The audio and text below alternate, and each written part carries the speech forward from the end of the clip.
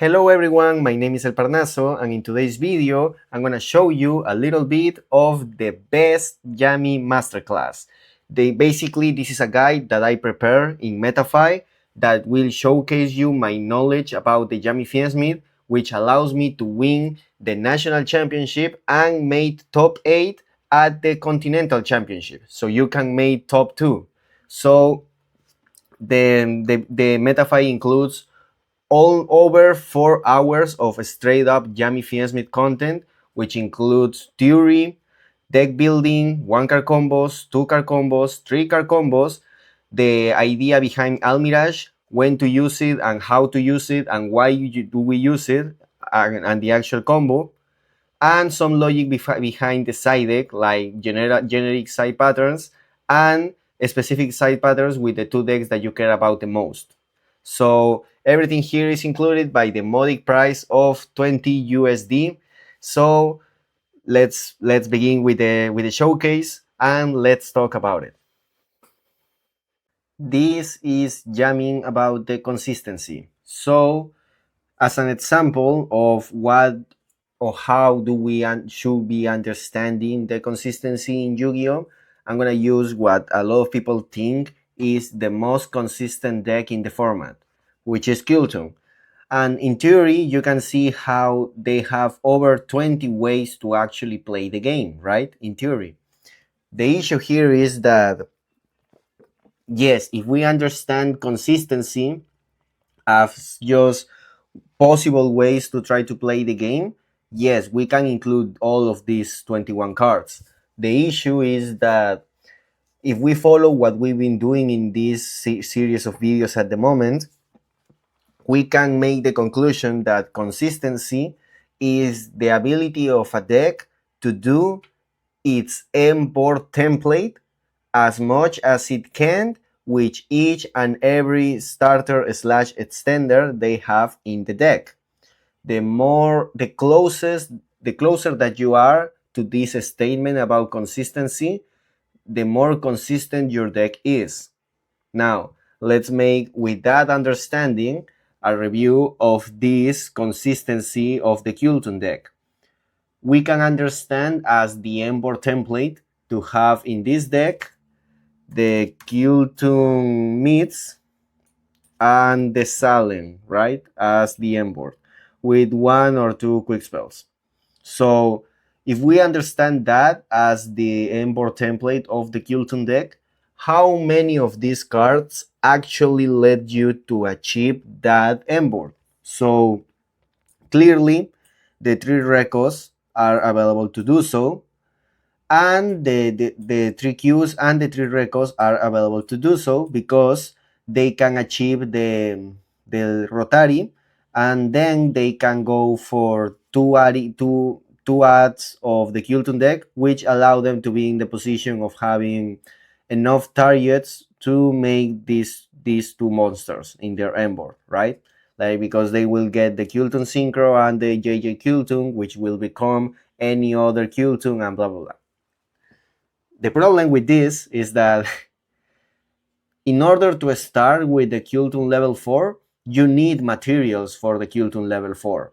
These 2 can get you there, which means that these 3 Kultun Synchro can also get you there because they can get you any of these 2. Which means that Synchro Overtake can get you there too because it can special summon the Rico or add it. Now, yes, you can say that Duelist Genesis can do that too because it searches either Kultun Synchro or Synchro Overtake. The problem here is that Duelist Genesis, in order to be even attempted to activate it, needs for you to have a tuner on the field or the graveyard, which means that whenever you go first, if this is your only way to play, you don't actually have any way to play because you don't have any tuner available. And if you normal summon any of your hand traps, then you are putting yourself in a very shitty position, right? That even in that scenario implies the use of another card. So we are discarding these 2. Now, you can go and make the argument that JJ Kultun can make any tuner these two, right, which are the actual ways to play the game. However, again, we are using the argument of needing an extra card in our hand and an extra resource, which in this case will be again your normal summon per turn. So we are discarding the JJ Kultun too. Now let's go for Kultun Meets. Kultun Meets, even though has the effect just like Rico to add a Kultun and can add the Rotary, because this Kultun Meets being level 2, you are again in a position when you need more cards than the one that you are just using in order to make the Embor template.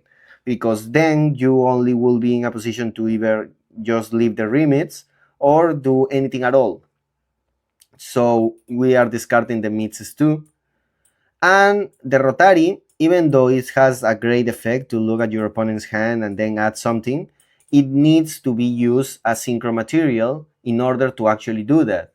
And to make synchro, you need more than one material.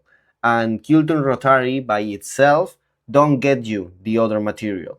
It can be an extender, but that extension requires for you to have another tuner in your hand. And even so, it will depend on that tuner if you can actually keep playing the game regardless. If it's an effect Baylor, you are still doing shit with Rotary and Baylor. So again, Rotary is a card that needs combination of cards in order to do what it actually wants you to do, or other cards achieving the Rotary access, and then because of that prior card, playing the game. Like for example, Q summoning the Rotary, or Rico adding the Rotary. Therefore, we need to discard this card too, as in the idea of consistency that we are understanding. A card that by itself allows you to get either as a starter or extender to the Embor template. Now, by this criteria, we went all the way from 21 to 13. These are 13 cards that get you to the point of playing the game. And that is considering the desires and the prosperity actually getting you any of these ones, or the combination of cards that you need. Now, let's compare these 13 with the Yummy Fiensmith.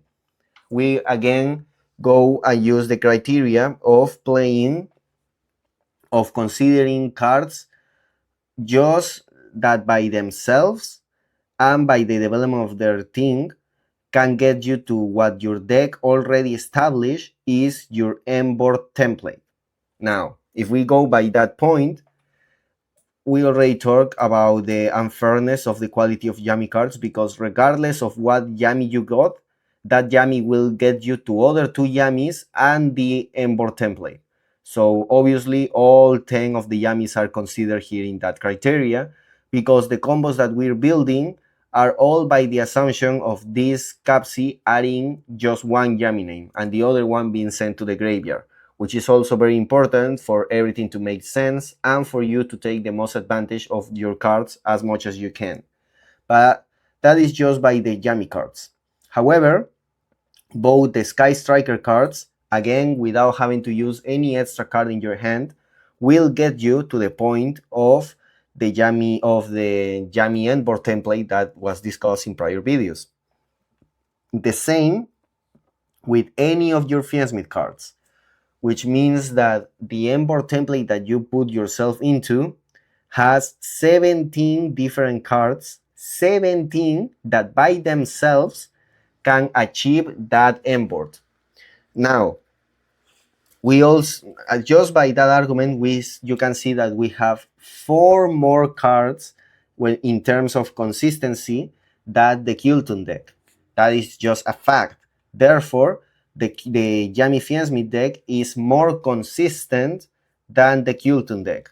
And if Kultun is considered the most consistent deck in the format, and Yummy is more consistent, the only conclusion that you can make is that Yummy Fiensmith is actually the most consistent deck in the format. You can also go and debate about the consistency of the top decks, because any Yummy name will get you to all the other Yummy names, even in a grindy situation, which is something that the Kultuns can do. Like if you top deck Meats, if you top deck Rotary, like you are not doing that much than when you are top decking any of the Yummy names. So you can see how when it comes to purpose of consistency and purpose of being a top deck, the Yummy beats in both criterias the one that people are the deck that people are choosing because of those criterias, which will be the Kultum. But now you understand that the actual choice based on those arguments of consistency and top decking should award Yummy Fiansmith to be the deck to play. So this is what I wanted to share with you uh, in this theory discussion, so you can have these kind of points more aware at the time that you are playing the game, so you can trust more in Jamie Fiansmith, which is not only a meta call as some of you may think, but an actual tier 1 deck in the context of current of today's meta. So now that we fulfill these theory checkpoints that I think it was very important to review, now the next section will be focused on how to build the actual deck and the choosing behind the non-engine cards and the engine cards.